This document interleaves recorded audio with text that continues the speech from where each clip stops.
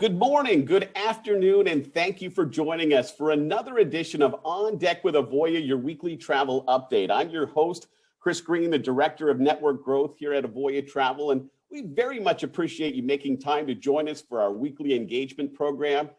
Another busy week in the travel business. We'll discuss that coming up here in just a few moments in our Eye on the Industry feature. We have another wonderful guest to welcome for our Meet the Team feature. Viola De Velasco, our Vice President in charge of Sales Operations, will be joining us today for a discussion about groups, among other great topics. I can't wait for that.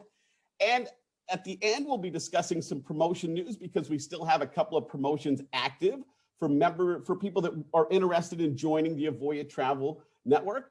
And as always, I hope you hear something today that kind of piques your curiosity, makes you want to find out more and do a little bit of a deep dive into the best-in-class resources offered to the members of the Avoya Travel Network, because I would love to connect you with an agent affiliation specialist who can explain how Avoya Travel could help you and your agency experience the growth that you desire. But first, let's talk travel news here on Deck with Avoya, your weekly travel update, as there's a lot going on, and it's time for our Eye on the Industry feature. One of the major issues still facing leisure travel, and specifically the cruise segment, is a lack of information on how the cruise lines are going to be able to move forward, how they're going to start the process to once again be able to sail into and out of United States waters. We're fast approaching the 5-month mark since the CDC's no sail order became a conditional sail order. Now that happened at the end of October last year in 2020. And the news when it first came out was met with great fanfare by the industry, of course. But it quickly became a game of wait and see, right? Because the conditions for the conditional sail order have never really been released. And some of the cruise lines have now started to announce alternative home ports in an effort to kind of restart at some point here in the near future. It was back in January that Royal Caribbean Cruise Lines announced a series of sailings that are slated for December of this year to start from Barbados. It's going to be a total of 6 itineraries on the grandeur of the seas. We're talking about a mixture of 7 to 14-day sailings in the Southern Caribbean. Now news this week that Regent Seven Seas will be making a similar move with its first sailings out of Barbados. This was made in an announcement as part of their Winter 2022 Southern Caribbean series, and will feature 6 round-trip sailings from Barbados and then 9 additional open jaw sailings that will either begin or will end there in Bridgetown, Barbados, again, focused on the Southern Caribbean. But maybe the biggest news came out last week when Crystal Cruises announced that starting July 3rd of this year, they're going to be conducting 30 7-day sailings on the Crystal Serenity out of Nassau, Bahamas, just completely bypassing the United States waters altogether. Now, of course, on their sailings, all passengers, crew, and guests have to be fully vaccinated. That's an announcement that Crystal Cruises made several weeks ago.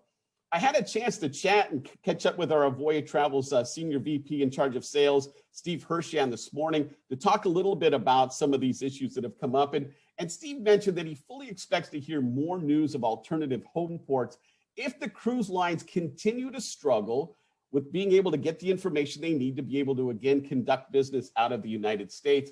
And he pointed out during our discussion that airlift shouldn't really be an issue. I thought maybe the airlift might be the issue, but he doesn't think it will be. He pointed out that even with some companies in the past, they could always just go with chartered air to get guests in and out of whatever island they're starting and ending those cruises with. So kind of a wait and see approach, and we'll just wait and see if more cruise lines follow suit with some of these announcements.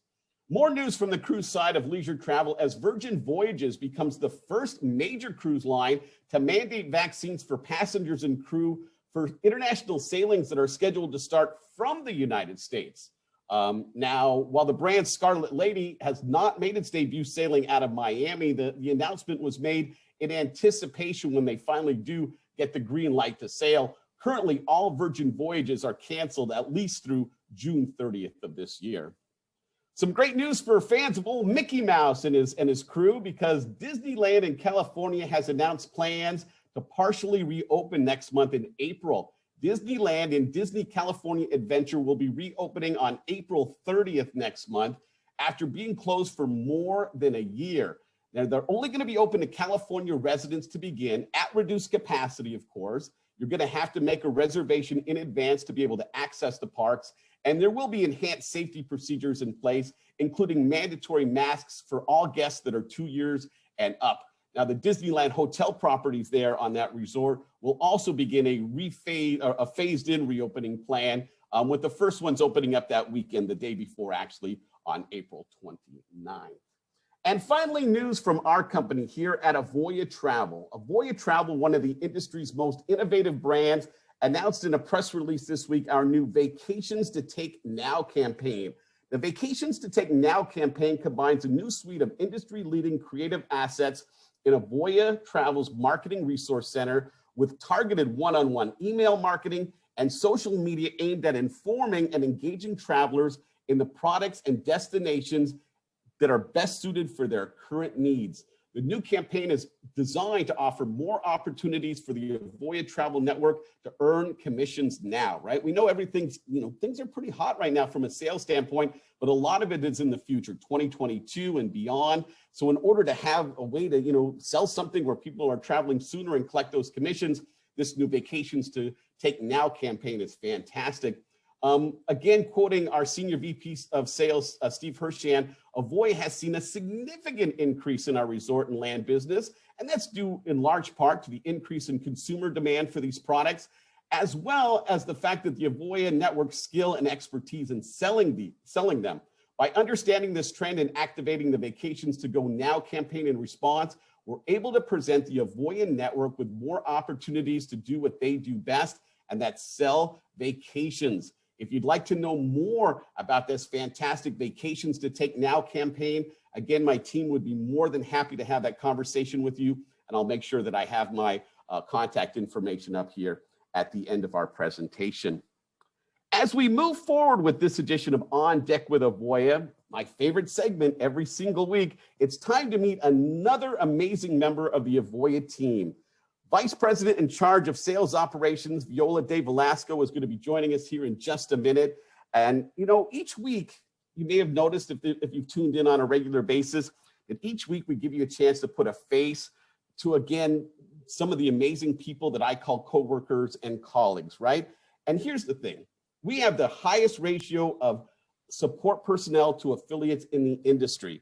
And we could do this like all year long, every single week. We could do this next year too, every single week, because just the employee talent pool that we have at Avoya Travel is just very, very deep. So without further ado, Viola, thanks so much for joining us, affectionately known as the Supreme Commander of the Universe. Welcome to On Deck with Avoya. Thank you, Chris. I'm happy to be here with everybody that tunes into your program. Thank you so much. First things first, right? You have like the coolest nickname ever.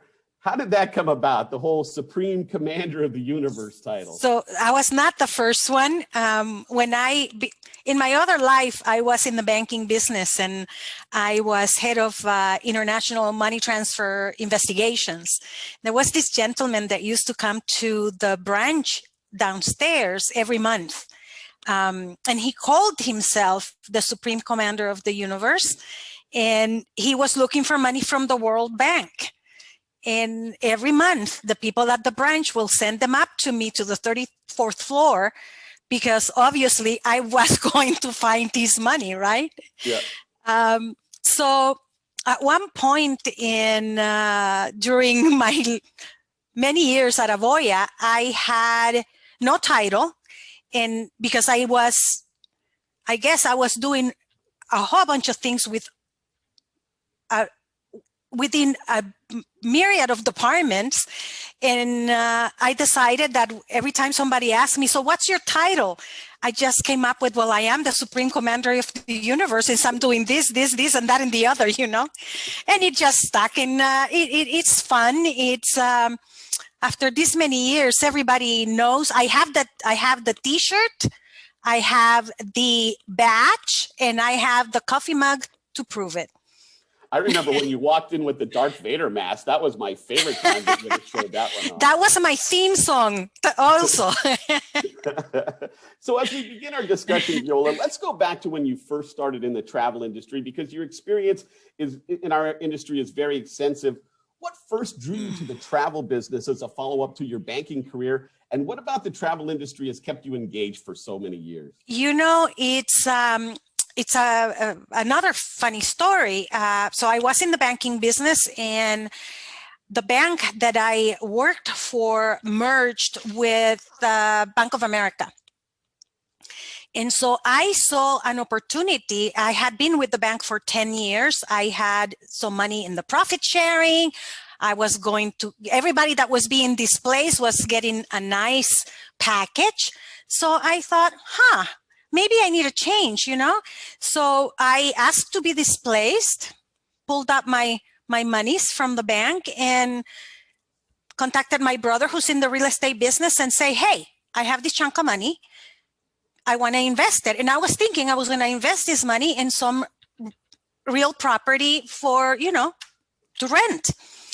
So my brother says to me, you know, my wife, so my sister-in-law, who owned a travel agency, was looking for a partner, as a couple of her partners were retiring, and she couldn't buy them outright.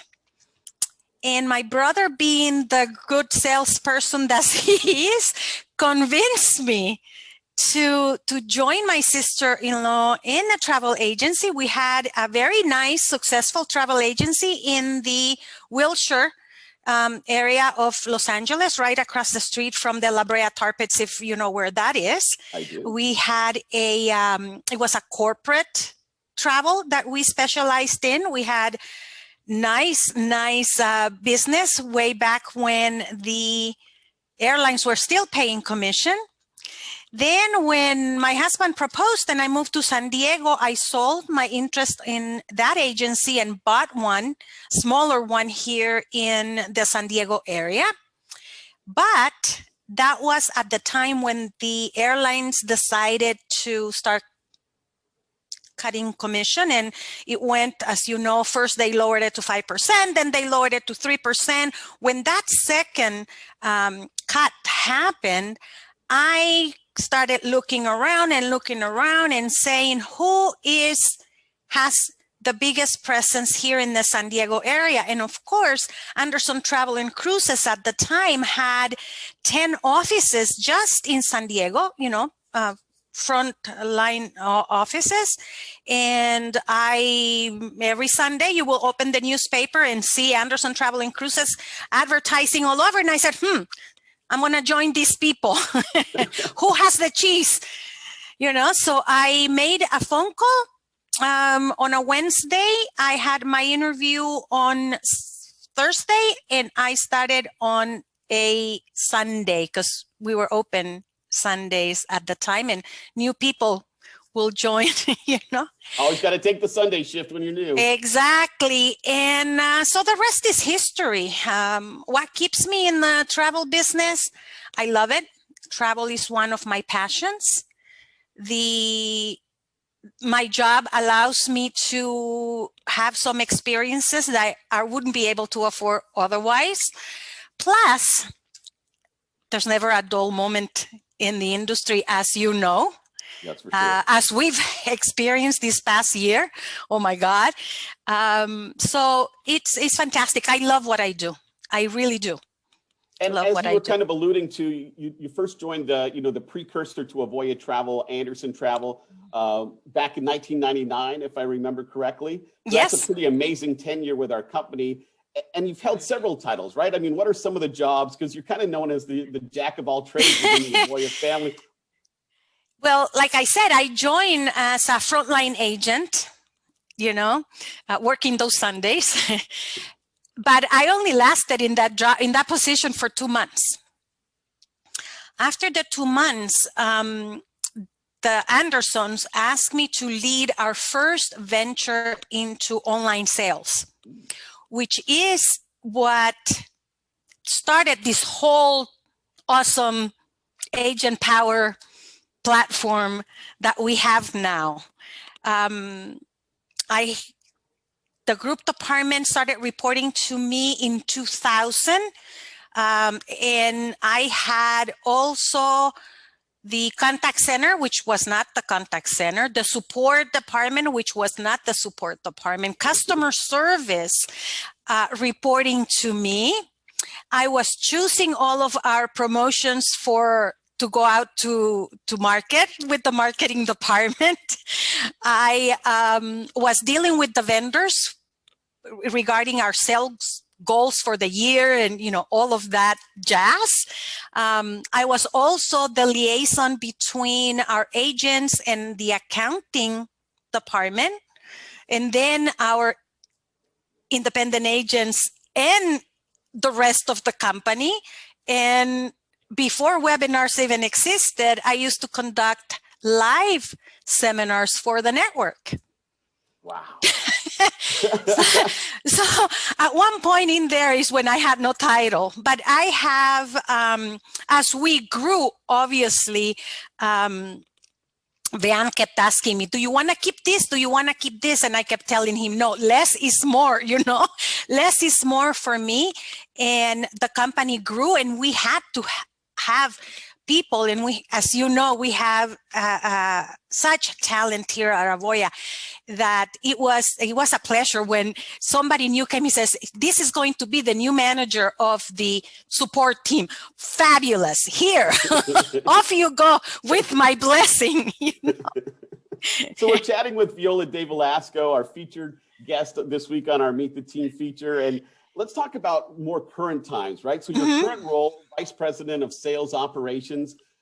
Tell me a little bit about what that exactly entails, and what are some of the functions that you and the teams that you do manage now perform for the Avoya Travel? So again, Vice President of Sales Operations, right? What is sales operations?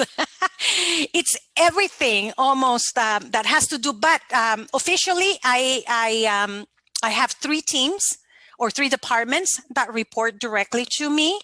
The Sales Operations Department, which handles our instant commission program here at Avoya. The Sales Accounting Department, who handles everything that has to do with commissions, making all the payments to the network from the beginning to filing their 1099s with the IRS. So anything that has to do with commissions is handled by the Sales Accounting Department. And of course, my first department, official department, the group department, which handles the Avoya Groups program, and they also oversee the Affinity Group programs and the American Express groups that we are able to book into.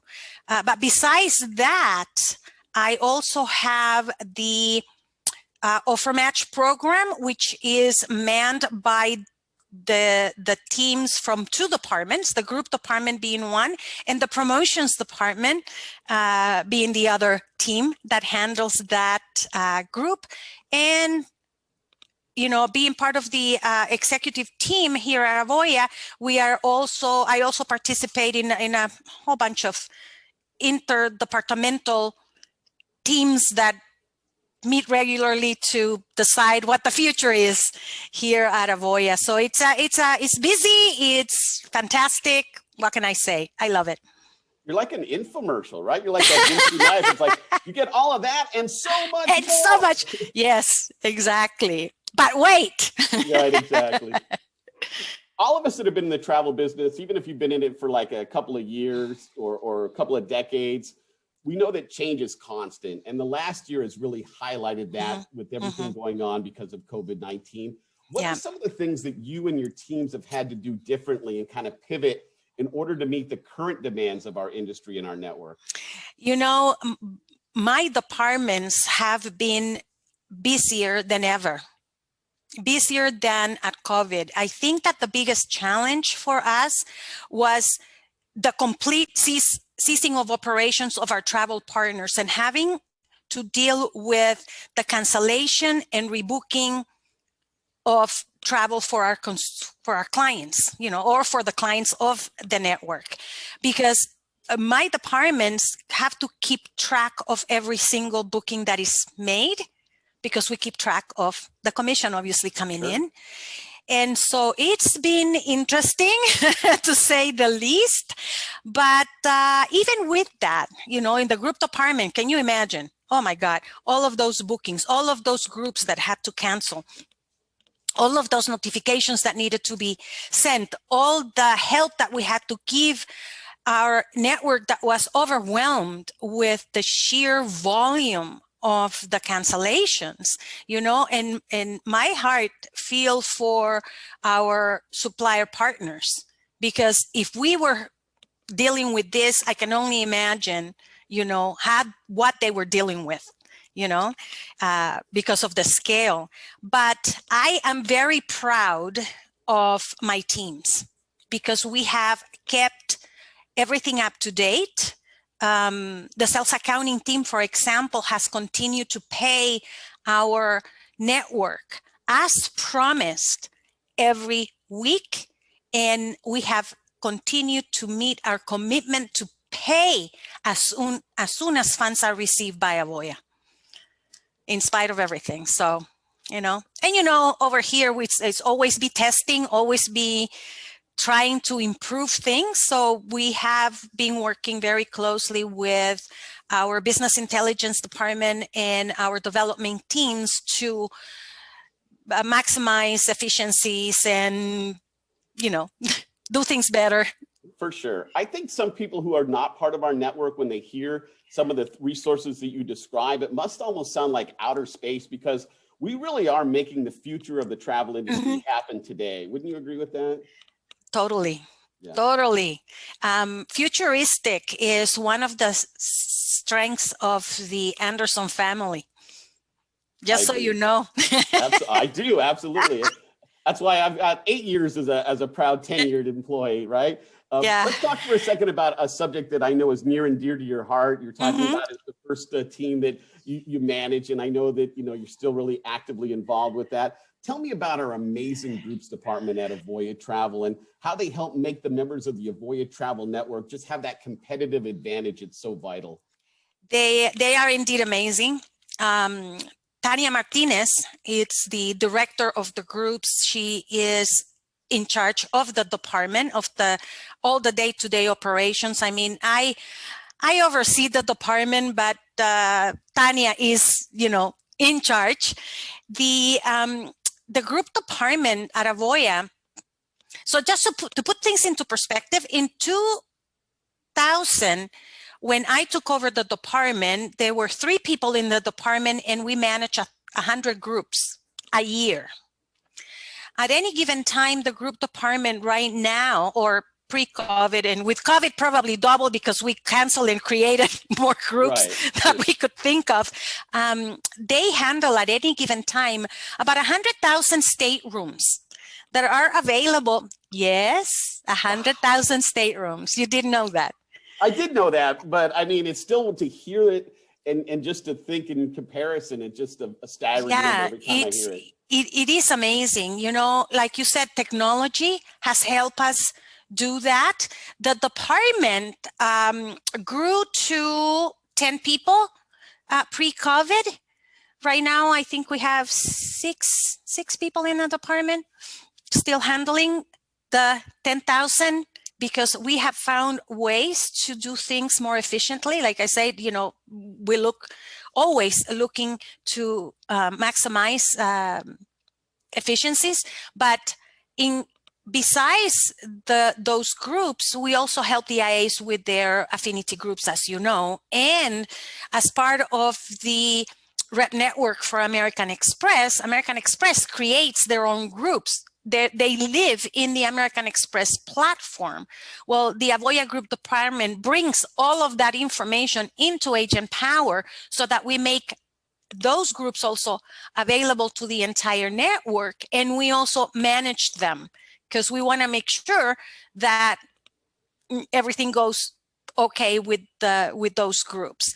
And as you mentioned, the reason we do this is because we want to offer our network with the best price. We lock in the pricing when we create groups. We're already creating groups for 2023 right now.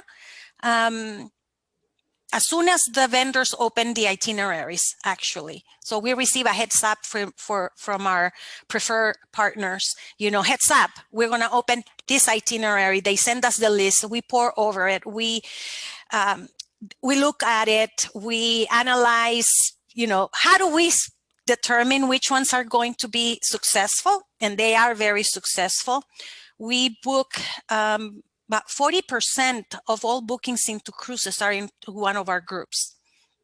Yeah, it's just a staggering number. On average. When I was an affiliate of the network, that anytime I could see an Avoya group when I was quoting a cruise, I was like, woohoo, because, the chances of closing that sale just went up dramatically.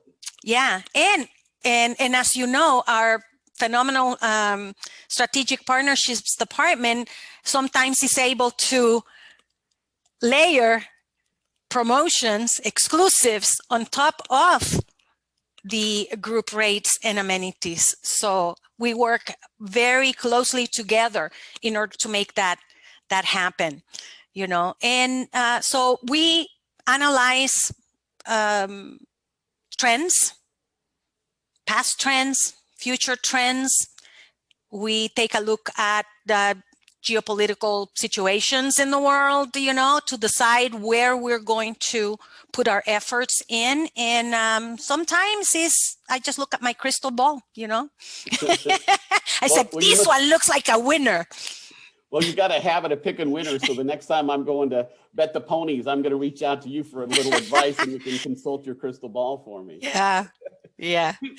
I know my team, sometimes when we're talking to potential affiliates of our network, those that are considering joining, they always want to know, listen, you guys have a great groups department that you pre-block and I can sell into individual couples into, but what about my affinity groups? Can I have affinity groups as well? And I know you just alluded to that, so I know the answer already, but I'll let you explain a little bit. Yes, having groups or coming up with the perfect date and destination itinerary that a whole bunch of people that you may or may not know are going to like is very difficult.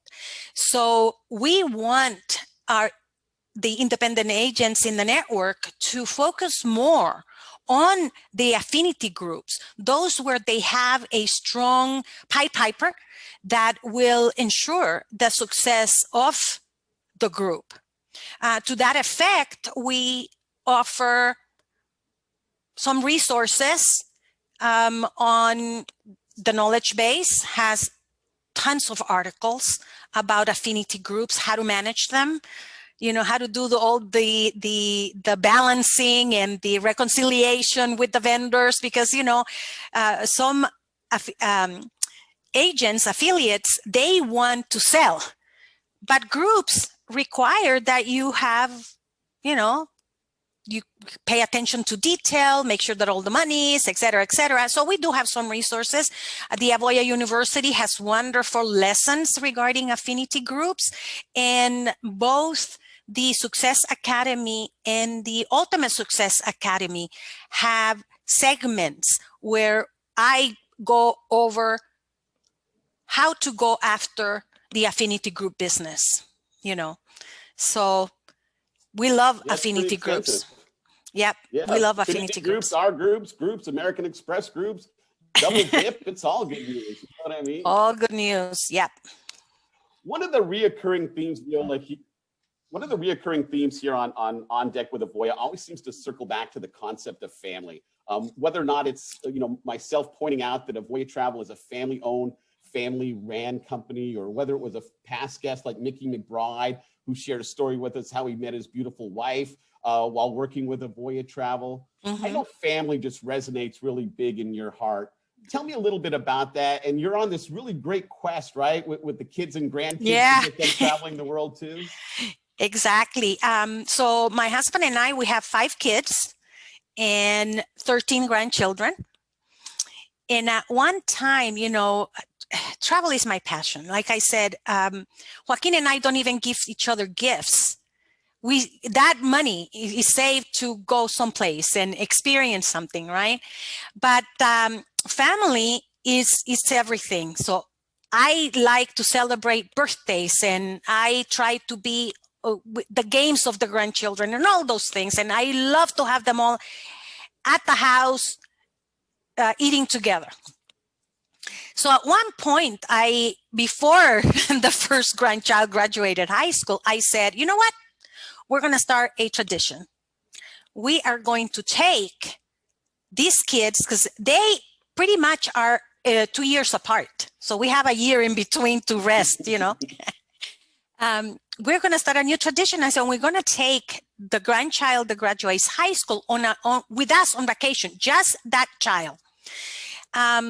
It's been a wonderful experience, you know. It doesn't matter where we're going. The point is that we get to spend time with the child on a one-on-one or a two-on-one, basically, and they get to know us and what we like and what we do, and we share our passion with them. It's been fantastic.